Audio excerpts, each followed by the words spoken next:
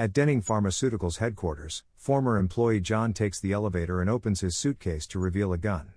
On the executive floor, he swiftly kills several top executives and returns to the reception area, where he encounters the police. John declares, somebody had to do something, before taking his own life.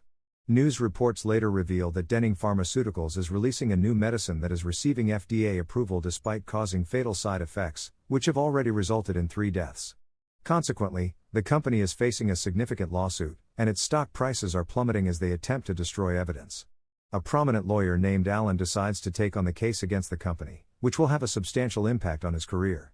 He assigns his legal assistant, Tom, to handle the paperwork and reminds him to update his key card on Monday morning, as they are reset every weekend. Since John, their key witness, is now gone, Tom proposes adding heart attack victims to the pharmaceutical case, but Alan forbids it, stating that minor victims don't generate money.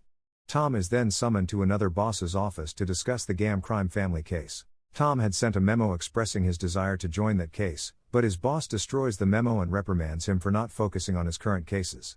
Tom then goes to the file room to store the file Alan rejected. His girlfriend and co-worker, Anna, visits him there, and they share a few secret kisses. A few hours later, Alan announces that since the servers have been down since the previous night, everyone can go home.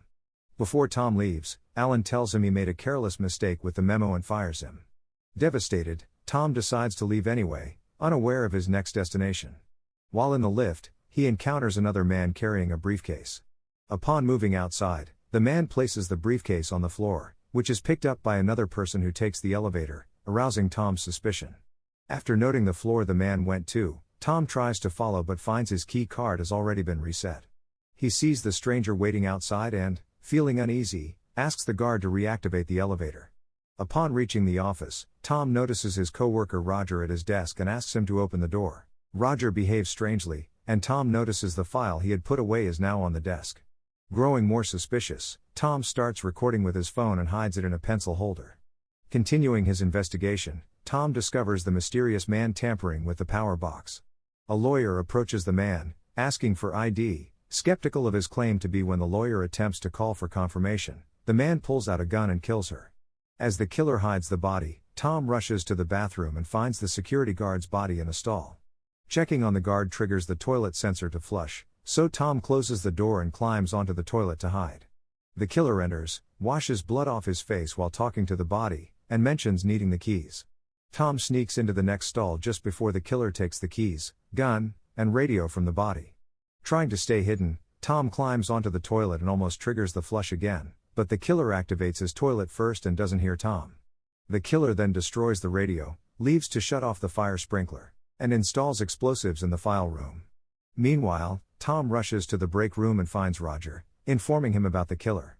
They attempt to escape via the elevator, but it isn't working, so they run down the corridor to the emergency exit. However, the killer has already broken the bar, trapping them. They return to the main area and try to use the reception computer, but the internet is down. When Tom notices the killer approaching, they hide. The killer sees that the computer has been used and gets suspicious.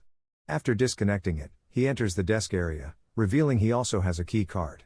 Once he's out of sight, Tom and Roger emerge from hiding and try to come up with a new plan. Tom takes Roger's key card and opens the door to the executive offices to find Alan.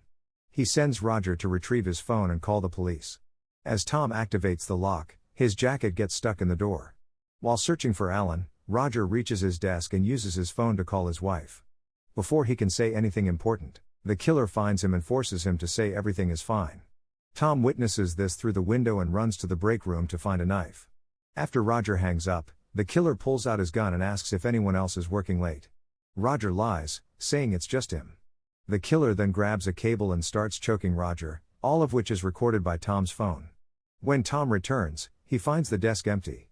He grabs his phone to call 911 but discovers that its battery is dead. After connecting it to a charger, he looks around the office and finds Roger's body in his chair. The killer returns and notices Tom's jacket stuck in the door, so Tom quickly hides in a closet where he's startled by finding another lawyer's body. The killer drags Roger's body while making a call complaining that no one was supposed to be there. Tom's phone gets enough charge to start ringing. The killer answers it, dismisses Anna's call, and finds a video of Roger's murder on it. He deletes it and discovers Tom's name and picture in the settings. Realizing that jacket belongs to Tom, he He calls out Tom's name, but Tom stays hidden under a desk. After the killer leaves, Tom runs to another office and sets some paper on fire to activate the fire alarm, but it doesn't work. He then notices someone in, and Tom starts another fire in a trash can in the office of the neighboring building, pushing it against the curtains. This gets the neighbor's attention, and Tom gestures for help. Unfortunately, the killer smells the burning and rushes in with a fire extinguisher. Tom sees him, runs away, and pretends to use the phone so the neighbor won't call for help.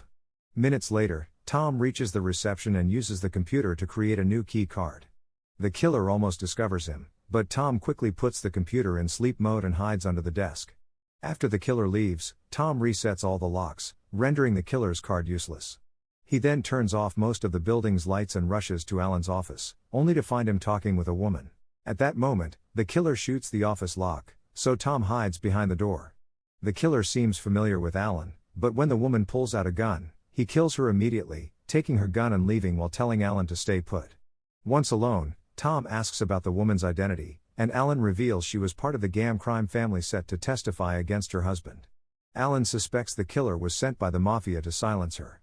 They then hear a strange noise and discover the killer trying to break into the file room with an axe, but it's futile due to the reinforced steel and bulletproof glass. Afterward, Alan and Tom try to escape but must hide when they hear the killer approaching. The killer arrives with the janitor and imitates his voice, threatening Tom to come out or face death. Suspicious, Tom asks what nickname he always used for the janitor, which the killer doesn't know, leading Tom to suspect the janitor is already dead. The killer then turns the elevators back on, trying to lure them out. Alan and Tom find the janitor's body in the corridor with a note that says, "You win." They hear a phone ringing and rush to the desk, shocked to find Tom's number calling. Alan suspects a trap and tries to escape, but the killer shoots him in the arm. They run away with the killer in pursuit, firing at them. They hide in an office and lock the door, but it's not reinforced, and the killer starts breaking it down with an axe. He breaks in, they have already entered the file room.